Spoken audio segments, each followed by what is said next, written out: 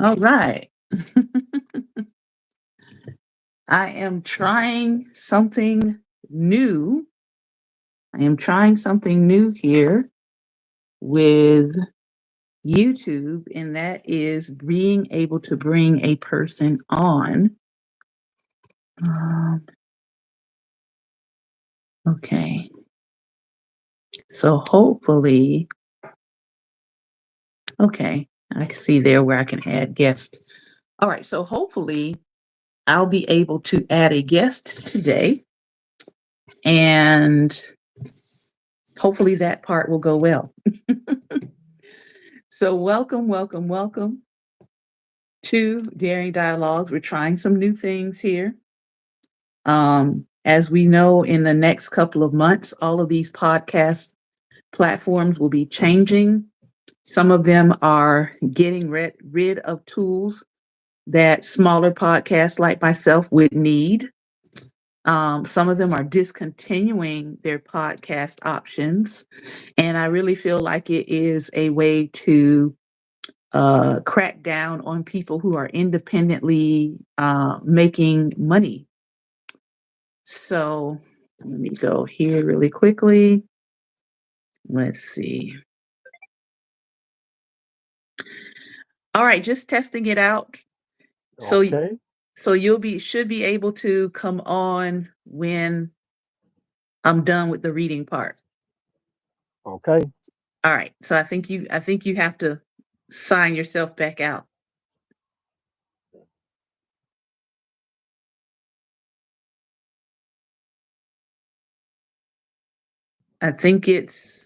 I think it's nope. Hold on.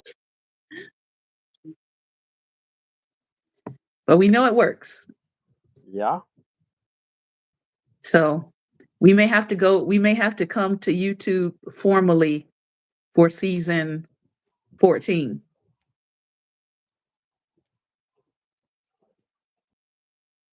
All right, there we go. All right, so now we know that that works, and we'll be able to invite and add people on as we get ready to work on discussion. So, thank you for bearing witness to us uh, testing out new portions of YouTube so that we can be better prepared in the future. All right. It is Daring Dialogues, Black Table Talk Edition. I am your host today, Shantae Charles, and it is Women's History Month. So we definitely want to take a look at some women today, and we want to take a look at some women today and talk and discuss those women. So the first young lady I have up is Elizabeth Catlett. Elizabeth Catlett,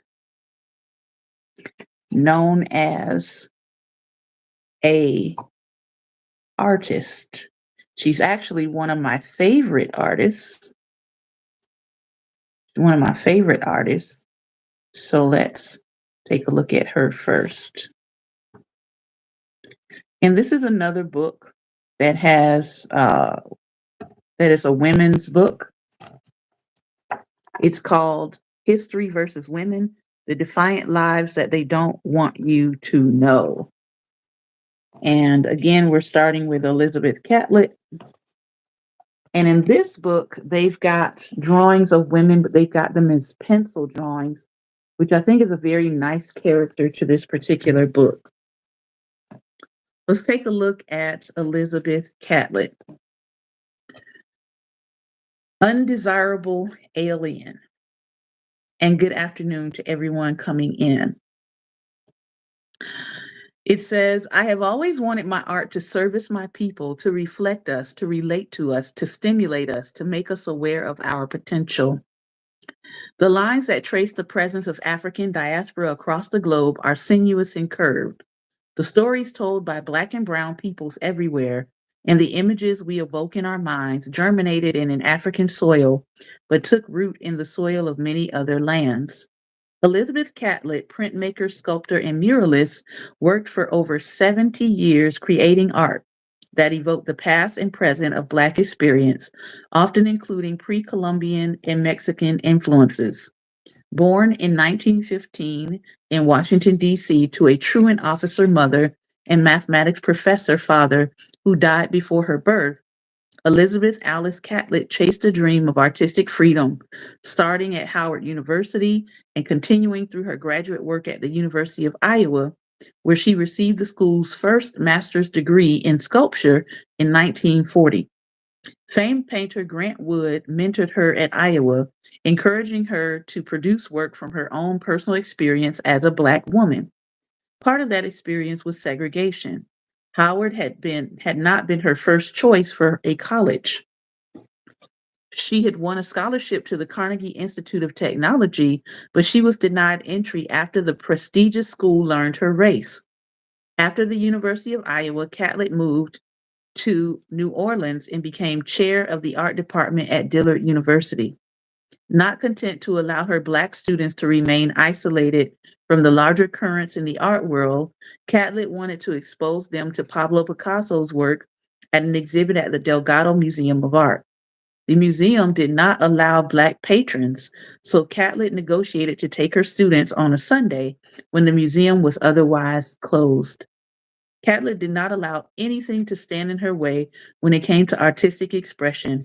She was relentless in the pursuit of creative freedom, even if it meant leaving the country of her birth and seeking more appropriate outlets elsewhere.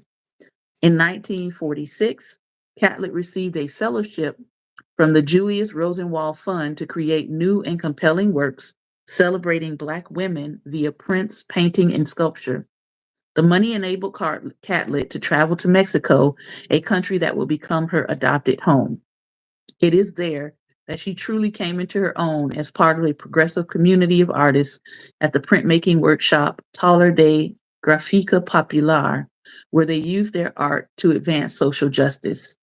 Traditional biographies of Catlett spend time discussing her divorce from her first husband, fellow artist Charles White, and her marriage in Mexico to her second husband, Francisco More, which is important only insofar as it illustrates the depth to which Catlett embraced her new home. She became the first female professor of sculpture, then head of the department at the National Autonomous University of Mexico School of Art. As part of Taller de Grafica Popular, Catlett embraced populist politics even more deeply. She was investigated by the House Un American Activities Committee during the 1950s and arrested during a 1958 railroad workers' strike in Mexico City. By the end of the decade, Catlett was facing increasing criticism and pressure from the U.S. Embassy in Mexico for her political activity. But Catlett never lessened her commitment to populism or worker centered causes. She renounced her American citizenship and became a Mexican citizen. However, Catlett paid a price for her commitment. In 1962, the U.S. State Department formally declared her a quote, undesirable alien.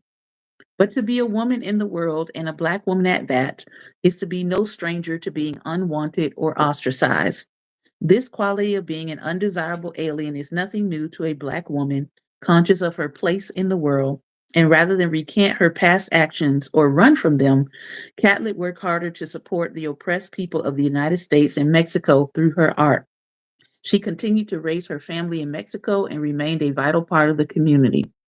She collaborated with activists such as Angela Davis, whom she organized the Mexican Provisional Committee of Solidarity in 1967. The poster she created through that partnership, Freedom for Angela Davis, is typical of her work, socially committed and centered on Black women. By 1971, the U.S. government had relented a bit in its harsh estimation of Catlett and granted her a special visa to enter the country to attend her one woman exhibition in Harlem. It was her first trip back to the United States in 10 years. By that point, Catlett's reputation as a powerful and evocative artist had grown. And yet, because her work focused primarily on the poor, or on Black and Brown people, it was by no means universally accepted or understood. Even today, it is not uncommon for disdainful critics to dismiss her imagery as trite or cliche. And it's hard to believe that the summation isn't at least partially due to her subject matter. Western notions of art's value rest on its conformity to European Renaissance models. Catlett's unwavering focus on Black women, for one, pulls her strongly out of that sphere. The minimizing of Catlett's work by many critics rests primarily on the combination of her subject matter with her chosen formats: murals in public spaces, prints which she chose because of their cheapness, portability, and accessibility, and sculpture, which was heavily indebted to pre Columbian and West African styles, not classic European ones. Catlett often created powerfully expressive mother and child sculptures, but as with many Black artists who feature Blackness and Black identity in their work, hers is often considered niche. It is rarely valued in the same way as work by white male artists who feature whiteness. Another strike against her was that Catlett was less concerned with whether her art was hung in a museum than whether it served the cultural and political needs of the people around her. Criticism of Catlett's work tends to fall into two main categories. Her early work is often dismissed as WPA art, and the art of her middle period is often devalued as mere protest art. WPA art is often an insult meant to minimize music, literature, or art that was subsidized by the US government through the Works Progress Administration during the 1930s. Both critiques suggest that Catlett's art is artistically negligible and somehow less pure than art that does not have an explicitly political message or whose creator toils in a studio supported by private patrons. But Catlett was a descendant of the enslaved who were expressly forbidden from creating art for art's sake. Art had to serve a tangible purpose, and filling a spiritual or cultural need was secondary. There's a direct line from the enslaved who were not allowed to carve or paint, but who could cast spirit jugs for grave markers, to Catlett, who demands that her art be useful, that it speak to the people from whom it sprang. Catlett's connections to the Mexican public art movement and the Black Power, Black arts movement ensured her integrity as an artist for and from the community. This reading comes from History versus Women, the Defiant Lives That They Don't Want You to Know. And this does cover women from all different time periods all across the globe. Let's go to our next book here, which is Goodnight Stories for Rebel Girls, 100 Real Life Tales of Black Girl Magic. And let's see who I have for you today.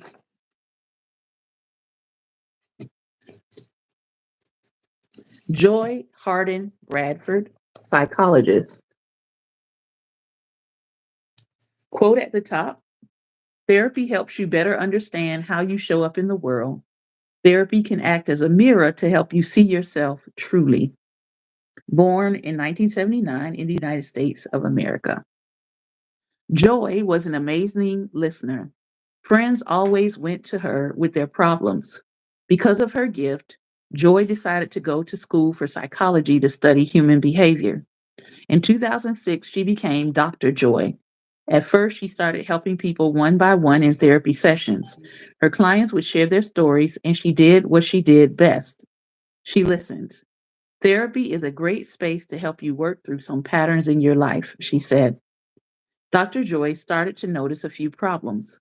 Many people thought therapy was just for people who were quote unquote crazy. Black women often found it hard to admit they needed help, and there weren't enough Black women therapists. She knew just what to do. She created a directory called Therapy for Black Girls to help Black women easily find the health care that they needed. Her list started out with just 90 therapists at first. A few years later, it had grown to more than 1,400 doctors and counselors from all over the country. Dr. Joy also wanted everyone to know that seeing a doctor and asking for help was totally normal. She started a podcast where she talks about dealing with anxiety and depression, practicing self care, and other topics. In some episodes, she even holds pretend sessions with popular TV characters to show that therapy wasn't scary at all. Dr. Joy is dedicated to making sure all Black women and girls have access to the care they need to keep their minds healthy. And again, that directory is called Therapy for Black Girls. You can find it online. All right, our next person for today is Judith Jameson. Lovely illustration of Judith Jameson. Judith Jameson was born May 10th, 1943. And one of my younger brothers got an opportunity to work with and study under Judith Jameson as he made history by becoming the first resident choreographer for Alvin Ailey. He has since moved on, but he did make history while he was there. Judith could never stay put. She was always jumping and playing. She even crashed her first bicycle straight into a tree. To help Judith work out some of her wiggly energy, her mother put her in ballet lessons when she was 6. Judith was a natural. She danced all through elementary school and high school and right into college, moving her body through the steps and rhythms of many styles of dance from cultures around the world. She tried them all. One day, she attended a performance of Alvin Ailey American Dance Theater. Sitting in the audience watching the fluid movements of the dancers, Judith thought, I can do that. She decided to audition, but it did not go well. She felt chunky, unsure, and stiff. The free flowing routines combined with the jazzy music were so different from the ballet that she knew. She left the audition in tears, but she had underestimated her talent. 3 days later, Judith was invited to join the dance company. In time, she mastered modern dance and performed all over the world. Judith dabbled in Broadway plays, choreographed performances, and started her own dance company. And when Alvin Ailey died in 1989, she was asked to come back. She became the first Black woman to direct a modern dance company. Even after her retirement, and even when her bones felt achy, Judith admitted that she couldn't sit still. I've been in extraordinary motion my entire life. And her quote here says, dance from the top of your head to the bottom of your feet. Even when you're stationary, you must be moving and alive. I love it. I love it. I love it. I love it. All right. And this is a young lady that many people probably follow online. It's going to be my last one from this book. Karis Rogers, fashion designer. I love the illustration. Most people know her from her shirt flexing in my complexion. She was born August 2006 in the United States.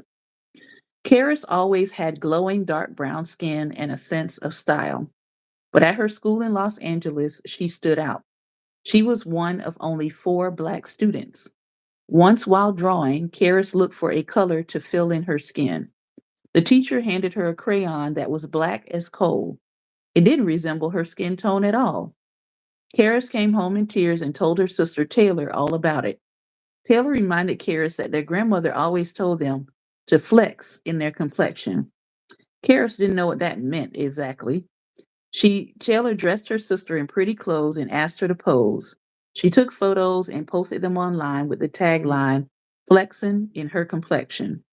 The internet went wild. Uplifting comments began to pour in. Karis wanted to help as many people as possible feel comfortable in their skin. So she decided to print t-shirts with her family slogan and sell them online. Her mom donated $100 so Karis could start her business, and the first batch of shirts sold out within minutes. Celebrities took notice, sporting Karis's shirts in their social media posts.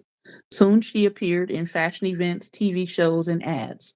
Flexing in my complexion means to me that you are beautiful. Beauty has nothing to do with the outside. It has to do with your inside by being nice, smart, creative.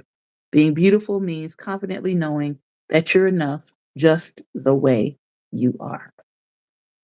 And that is 3 reads from Goodnight Stories, Rebel Girls. All right.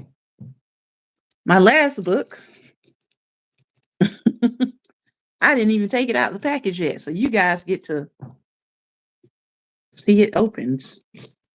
I've been holding on to this book for a moment, and this is going to be my first time reading from it.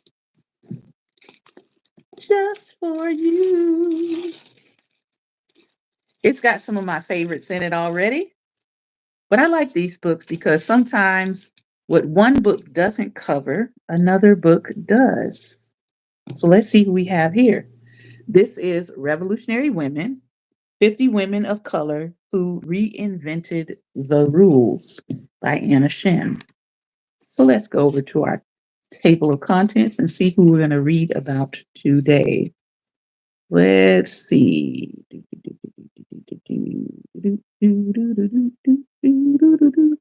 Let's see who we haven't read about. Some of these are familiar. Some of these are familiar. Let's see.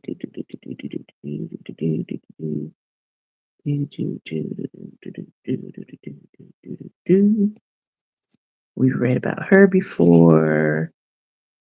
We've read about her before. Let's see.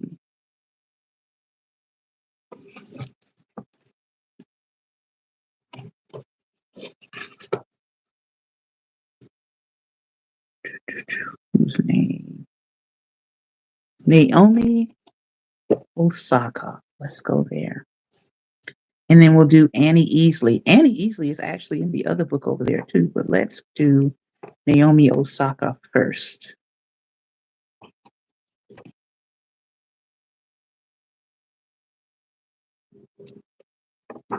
So we'll do 3 from here, and then we will open it up for some conversation. This also has illustrated, lovely illustrated pictures. So I'll show you the illustration first. There is their illustration of Naomi Osaka. Very well done.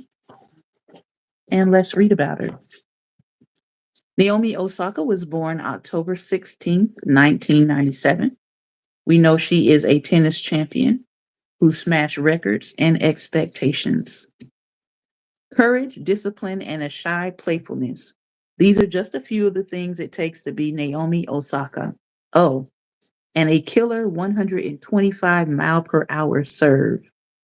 At 20 years old, Osaka became the number 1 ranked tennis player in the world when she won the final of the 2018 US Open against her hero, Serena Williams, and earned her first Grand Slam win. She also became the first Japanese-born player to do so. Soon after, the young girl who had been trained alongside her sister Mari by their Haitian father, Leonard Francois, on free community tennis courts, collected 3 more Grand Slam titles, and she's only getting warmed up. Francois and the girl's Japanese mother, Tamaki Osaka, moved their family to a Long Island neighborhood adjacent to Queens, where the U.S. Open Tennis Stadium is located in the United States, when Naomi was 3. Because she was raised in a Haitian Japanese household, her parents made a strategic decision to have her play for her birth country of Japan, which raised her notoriety quickly in a country hungry for tennis stars. Even though there are biracial Japanese people, there's still a major cultural hesitation to see a Black Japanese star represent the country of Japan. And by doing so, Osaka broke down those barriers. Despite her quiet demeanor, she expresses herself through actions about issues she cares about, like flying to Michigan to attend the Black Lives Matter marches after George Floyd's murder, wearing the names of Black people murdered by police on her face mask at the US Open, or dropping out of a high profile match in order to protect her mental health. All of these are bold actions for a young new player, much less one from Japan, a notoriously homogeneous country known for its proverb, quote, "The nail that sticks up gets hammered down."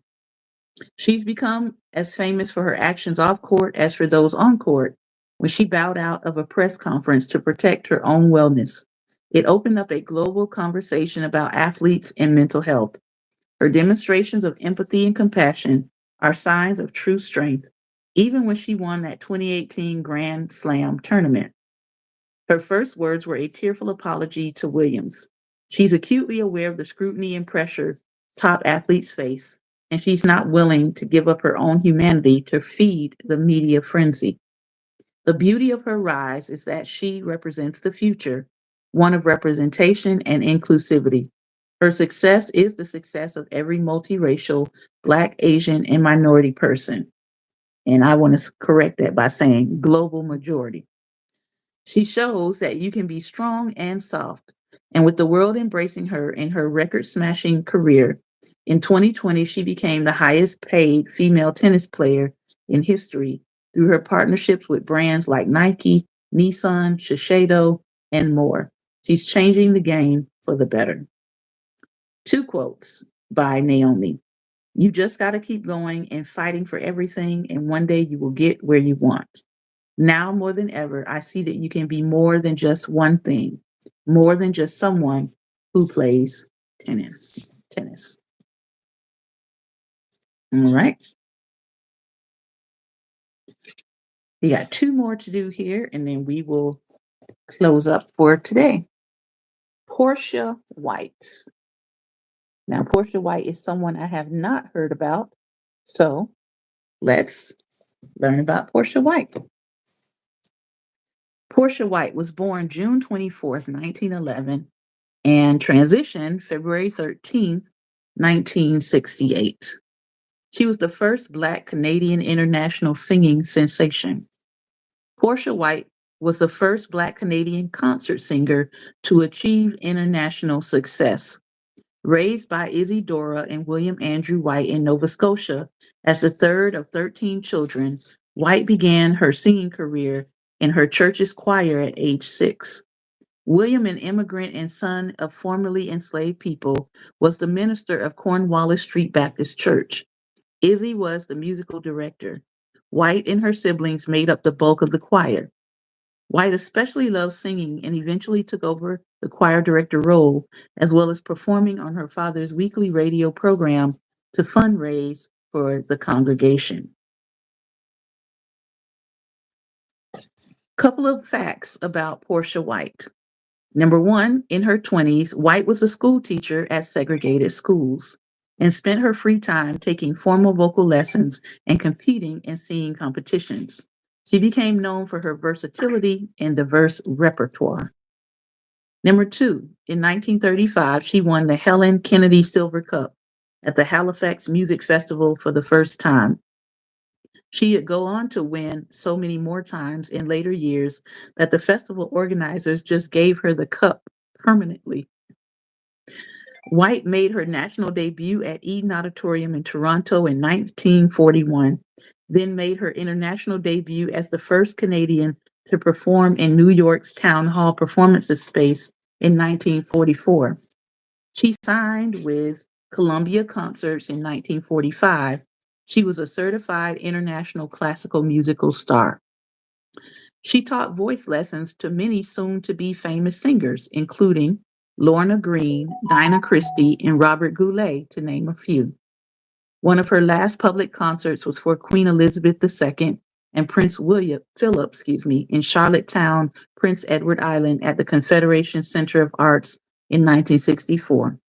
In 1995, she was posthumously declared a person of national significance by the Government of Canada and awarded the Lifetime Achievement Award by the East Coast Music Association. And lastly, the Nova Scotia Arts Council awards an annual Portia White Prize for an artist who displays cultural and artistic excellence. Her quote is, "First you dream, and then you lace up your boots." In other words, get to work. Get to work on it. Get to work on it. Get to work.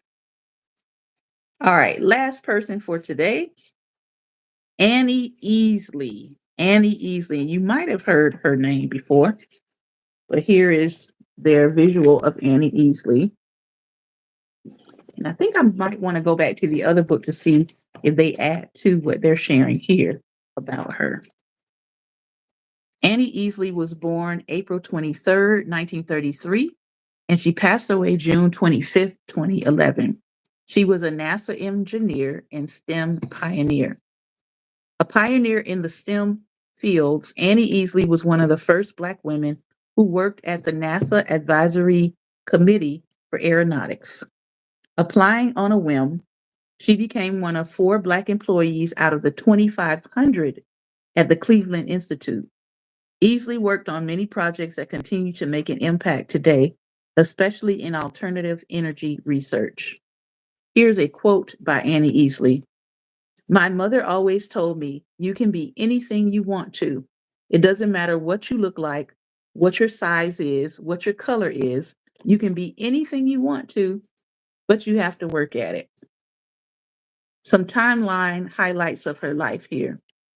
In 1933, she was born in Birmingham, Alabama.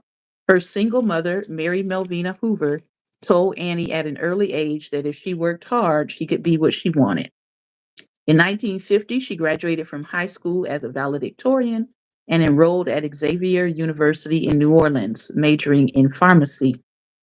In 1954, she married and returned to Birmingham, intending to finish her degree at a different university. She helped people in her community prepare for the literacy test that was required for Black people to vote under Jim Crow laws. Because, yes, when we say that Black Americans have a, a unique experience in this country, one of them is being made to take a literacy test in order to vote. Excuse me. And now you have people convincing you that it doesn't matter if you vote or not, but you had to take a literacy test in order to do so as a Black person in this country, not anybody else. Think about that. In 1955, Easley and her husband moved to Cleveland to be closer to his family, but the university there had just closed its pharmacy program. Then she read a local news story about twin sisters working at NACA as computers. She applied and was hired 2 weeks later as a mathematician and computer engineer. In 1958, NACA became NASA when the government decided to focus its talent and budget on space exploration. Easley was one of 4 Black employees in the computational department. Her work soon expanded to include space research and running simulations. In 1963, NASA's Centaur program had its successful launch, and Easley had developed code that was used in its upper stage rockets. In the 1970s, Easley started researching and developing code for alternative energy and environmental projects. These projects included ozone layer damage, solar wind energy conversion, battery technology that would become an integral to early hybrid vehicles. Easley also made impact in a pact with her room supervisor so that they could both wear pantsuits to work on the same day. When they did, it caused a huge stir in the workplace, but also empowered other female coworkers to do the same. One told her, I was just waiting for the first person to wear some pants. In 1977, Easley went back to school and earned her Bachelor of Science in Mathematics from Cleveland State University. She completed her studies even without the NASA financial aid that was being provided for other employees. In 1980s, after finishing her degree, she continued at NASA and worked as an equal employment opportunity counselor there, helping to create a more equitable workplace while tutoring on the side. Outside of work, she took up skiing at 46 years old and became the first president of the NASA Ski Club. In 1989, Easley retired and stated that she'd rather be doing something active on the golf course than fiddling with gadgets. She volunteered actively within her community, sold real estate, and traveled the world to ski. Whew! Annie Easley, folks. Annie Easley. She had a lot of energy in her going on. But here she is inside of the History versus Women book. I really like this pencil drawing of her.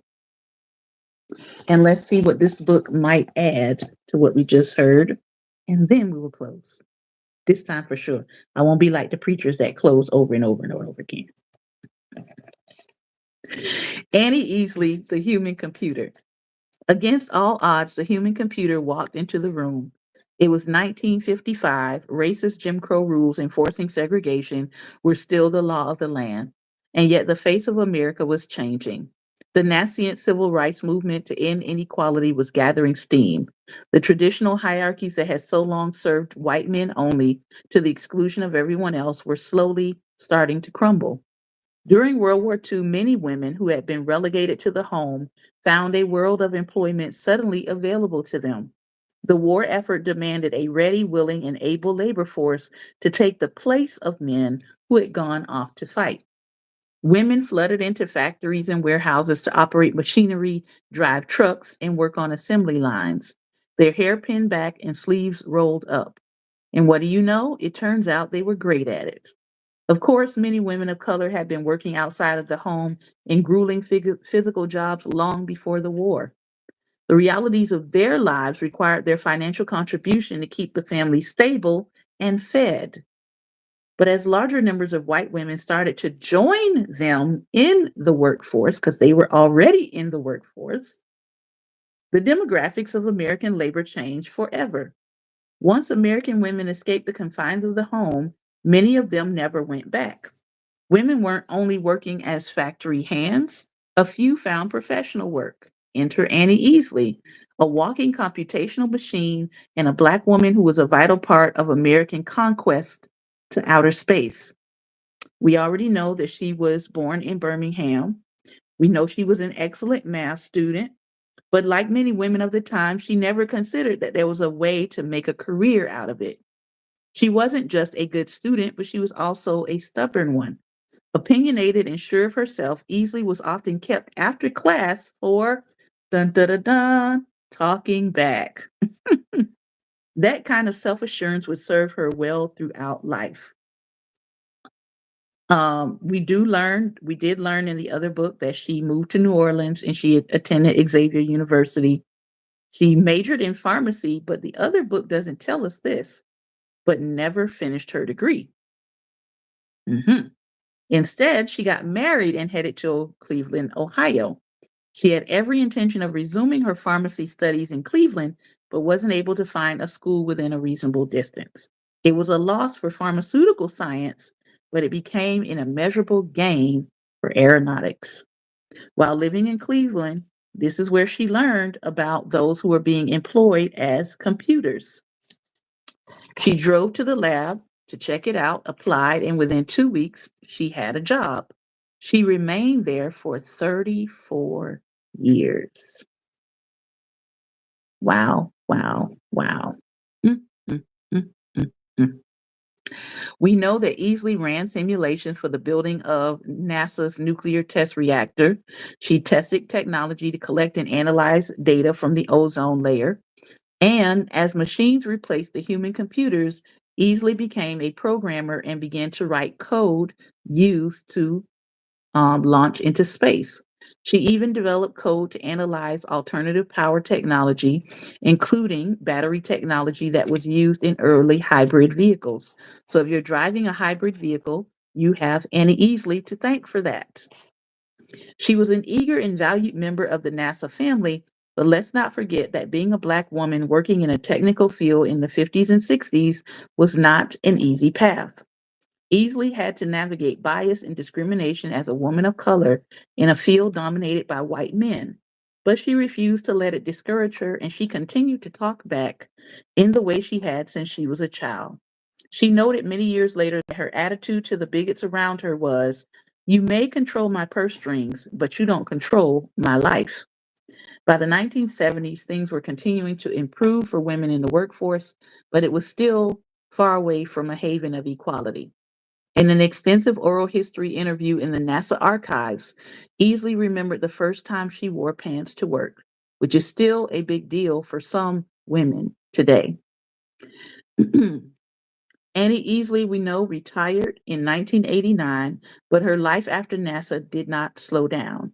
And we just learned all of the things about her life after she retired. Finally, Annie Jean Easley passed away on June 25th, 2011. Her life stands as an enduring testament to how opening doors for women elevates the entire society. Easley and the women she worked with Those marvelous human computers made it possible for women everywhere to dream bigger and reach further. She made it possible for our country to reach further. Annie Easley never really thought of herself as a role model, but we think she was. And that is, again, history versus women, the defiant lives that they don't want you to know. So I've shared with you today from three very powerful books. I encourage you, if you're interested in just broadening your knowledge and your understanding of how much women have contributed to our world and our society, these are just three of the books I have. I have many more. But these are three of the books that you can invest in. Add to your own library, add to your child's library. Give these books as a gift to young children. I've sent plenty of them off to some of the students that I work with.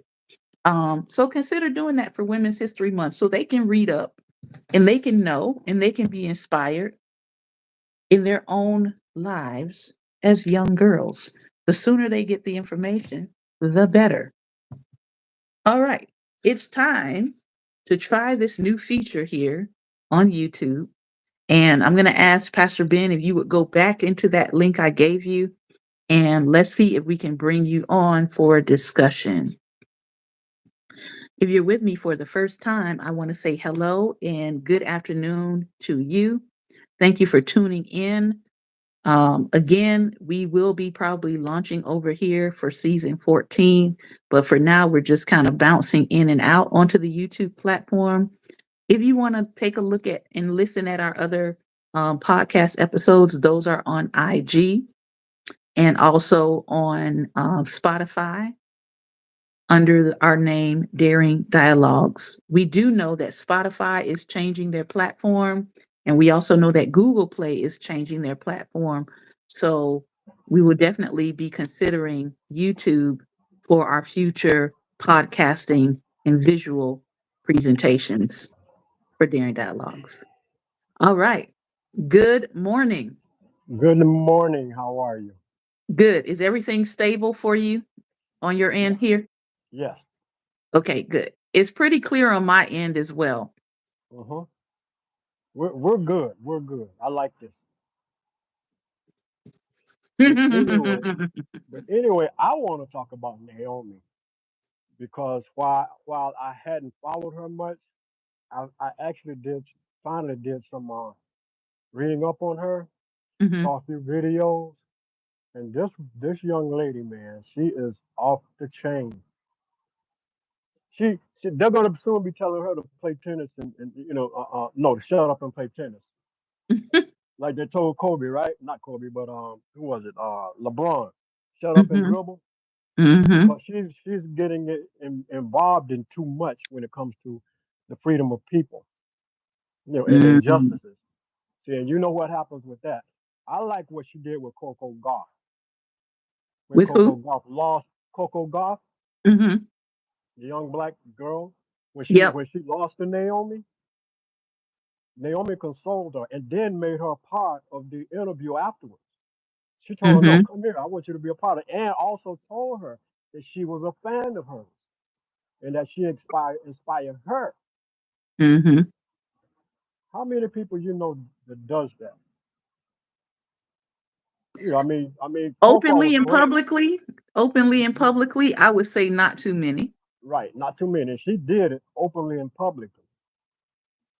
Mhm. She did this openly and publicly, man, and that alone just blew me away about her. I really didn't have to do much more research after that on her, because that alone told me everything I needed to know about her.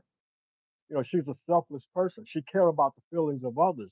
She might beat the brakes Mhm. off you, but she's going to care about you afterwards. And she even told Coco, because Coco was crying a little bit. She said, "Listen, I cry in the shower all the time." See, and this was a part of that mental trauma. Why she had to take some time off because she was holding it in. Mhm. She was holding it in, and people don't understand. I know many people don't. We do because of the color of our skin. We understand that the pressure that a person is under in this country. Mhm. See? And she had to take time off because of the pressure, the mental. health issues. I mean, the United States is actively creating mental health issues with Black people right now. Hmm. When you Yes. think about when you think about the erasure of our history, when Hmm. you think about COVID, I put up a post on last night. I'm sure some people have probably seen it now. How the United Nations charged and found the United States guilty of 5 counts of genocide just based on COVID. Hmm.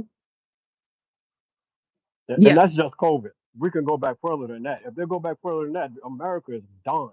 But they just on found them COVID guilty alone. of five Yeah. counts of genocide against Black Americans and Native Americans just based on the data with COVID. Hmm. Because as I said, there were so many negligent things that happened for our communities in particular that you could tell that some people were literally left to die, Hmm. or some people were denied certain kinds of medical help. Some people were, some communities got all these safety things like masks and all that, and some communities was left to fend for themselves. Hmm. So it was a lot of stuff that has gone down that I don't think people have even But paused and taken a breath to realize how much wrong went on during that process. now I'm going to ask two questions, right? Why was America, period, so affected by COVID? And oh boy, why was America so affected with COVID? We already know because of the shutdown that didn't happen for months. Hmm. Um, and who was responsible for that? Number 45. Number And 45. yes, and who is it now that people are saying, "Oh man, he's one of us"? No, the heck he ain't. No, he's not. He also could have made sure that the black neighborhood was treated fairly. He could have made sure of that. Did he? No, he was thinking number one about himself. You know what? To a certain extent, I gotta claim equality on that on his behalf because he didn't care about the white folks at that point either. He just cared about himself. He did. He just cared about himself. He took everything, all the safety things that they had in storage. They basically went to him, his family, and his closest friends. See, and then he lied and said, "Oh, they were no good." Come on, man. Tried to blame it all on number 40, 44, number 43 and 44. Tried to blame it all on him. He gave him a great. They say it was a great big thick book with all the information in it that he needed. Hmm. What did he say? Oh, I never got it. Yes, you did, because you got people from your own party that were present when you got it. See, Well, so not this just, is the thing. but not just Go ahead. that. He disbanded the office that Yes, would have helped yes, with a pandemic. He yes, disbanded that first. yes. He did. He did. Why? Because that guy that was before him had put it together. And Hmm. his number one mission was to undo everything that this dark skinned man did. That was his number one mission. They call it damnatio memoriae, to Hmm. to erase the memory of a person, particularly leaders Hmm. and secondarily ethnic groups and cultures. Yeah. So yeah, But you they want went in trying to wipe out anything that he had done that may have been helpful to anyone. to. Hmm. Yeah. They didn't limit that to Black people. They were just like, if Right. he did it, we Hmm. want to undo it. We want to get rid of it. Yeah. Yeah. So, but you want to, they want to tell me, oh, he's not racist. No, he is as racist as they come. I mean, really, Mm. you check it, his history speaks for itself. You can't run from your history. Okay. Now you Somebody can said, repent. someone said last night, and we've got about 10 minutes here. Someone said last night something that I've been saying, and they were like, because of the Supreme Court ruling that has come down, that he gets to stay on the ballot Hmm. because they said that the states did not have the right to remove him because that was a federal thing and that Congress had to make that decision. And I said, and legal people have been saying, well, if that's the case, then that means that anybody trying to do something on the state level to enforce parts of the 14th Amendment would have to wait on legislation from the federal before they could do something at the state level. And Mm-hmm. I said, well, yeah, it's a setup to essentially paralyze people from utilizing the 14th Amendment, which was made Mm-hmm. for us, which Mm-hmm. was to protect our rights. Mm-hmm. But we've been trying to we've been telling people this, we've been warning that an amendment is just that. It's an Mm-hmm. alteration to the original document. And that original document does not really include protections for us. So Right. if we can start letting people tamper with amendments, then we can, if we tamper with the 14th, we gonna tamper with the 19th, which gives people the right, women the right to vote. We gonna start tampering with the 13th. We gonna start tampering with the 15th. Like, so it's not gonna stop Mm-hmm. because the ultimate goal is to bring this nation back to white male patriarchal rule, land owning white male rule. Mm-hmm. If you understand that, or if you don't understand anything else, understand that. That's the goal. So Mm-hmm. that the only people who really have decision making power is A white land man. owning white men. Mm-hmm. And so you could say, you know, I'm friends with all the white people. That don't matter. That don't matter under that kind of America. Under Mm-mm. that kind of America, the only opinion that mattered was land owning white men. Mm-hmm. So if you don't fit that, you don't have no power. Mm-hmm. And that's what they're trying to get back to. That Mm-hmm. is what they're trying to get back to. And I'm like, Because I don't know how many bullhorns, bells, announcements people need to make for people to get it in their mind. They're trying to revert back to that America. listen, we got so many, and let me say it the way you taught me, intellectually challenged people. I was actually in a conversation and I ended it last night about the stuff of the election. Oh, I saw thousands of videos. I say, okay, so why is it that they didn't bring it before those 61 judges that they had the fraud cases with? That's when you bring your evidence, right? I said, could it be because they knew that those videos were not legitimate? Could it be that maybe those were actual Republicans staging those videos? Could that be? Because if you bring that before a judge, some deep research and stuff has been done on that evidence, and they're going to see, oh, no, no, no, no, no. See, and then you face charges for that. Hmm. So, yeah, Most they were definitely. smart enough. Yeah, they were smart enough not to bring that stuff to court. So I always go back to that. And there were many Republican judges that threw it out because there wasn't a shred, not just that there wasn't any strong evidence, but a shred, which means no evidence at all. Mm, It didn't exist. mm, mm, mm, mm, mm, mm. But you can't tell his cult. But anyway, we're talking about black women now. But Mhm, anyway, like I've been teaching on the Bible study line that I do on Monday nights, they're all women. They're all women. And that's why I was going a little bit yesterday when I was talking about my sisters. God mhm, set me up. He set me up. He set me up. He did to lead black female leaders. He set me up for that. So when the word came to me through on a female apostle, I went to looking back. I started laughing. I said, God, you did this from birth. You set me up for this. You set me up for this. Five sisters, one older, the other four younger, two older brothers, but they were the oldest. So for a big part of my life, the latter part of my life, they were not in the house.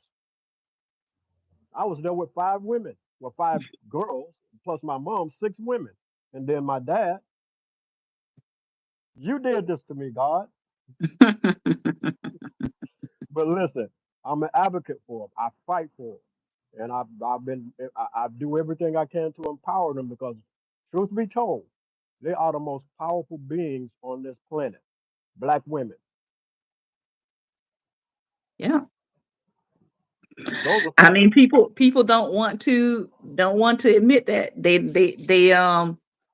looking at this wealthy white actress that came out and said that white women can stand to learn a lot from black women and how they stand up for themselves and how they work with each other.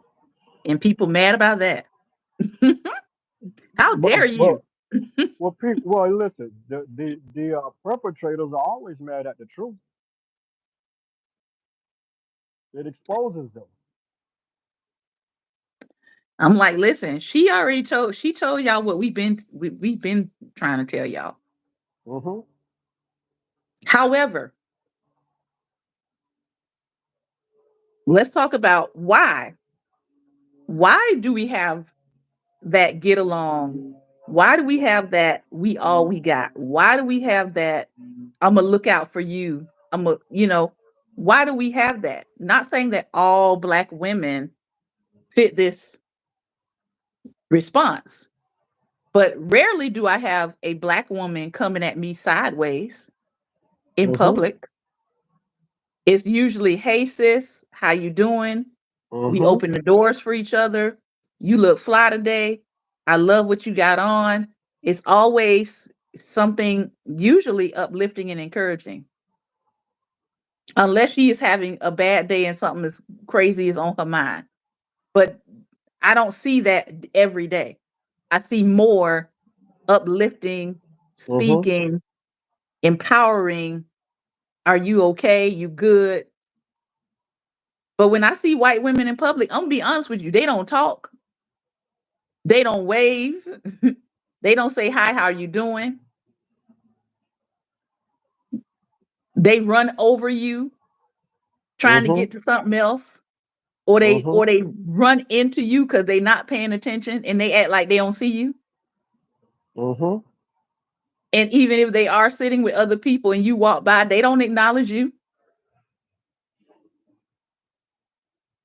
I'm just going by the evidence of what I see. Hmm. So if you don't acknowledge me, I'm not going out of my way to acknowledge you. Now, if the Lord say go say something, that's different. But typically, I'm not going. Why?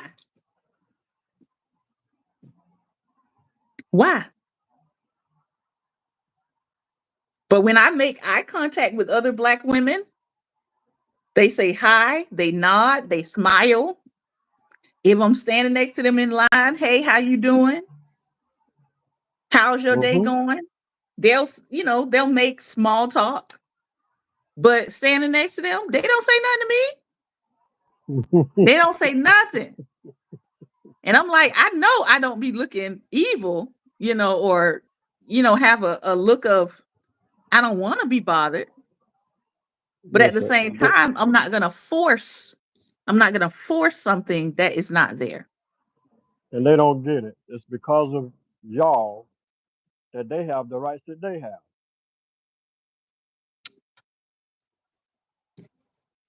Take the rights away from us, y'all gonna lose it too. We've already discussed how white men consider women and children their property. Hmm. And that was everybody, kids. They own and those they enslaved. Everybody was property to them except themselves. Hmm. One more time for the people in the back. Everybody was property to them except themselves. So while you over here rah-rahing and cheering on and white women banding together to go pull books out of libraries, you might want to go and read a few Hmm. because all you're doing is just making it easier for them to pull you back into enslavement too as their property. Hmm.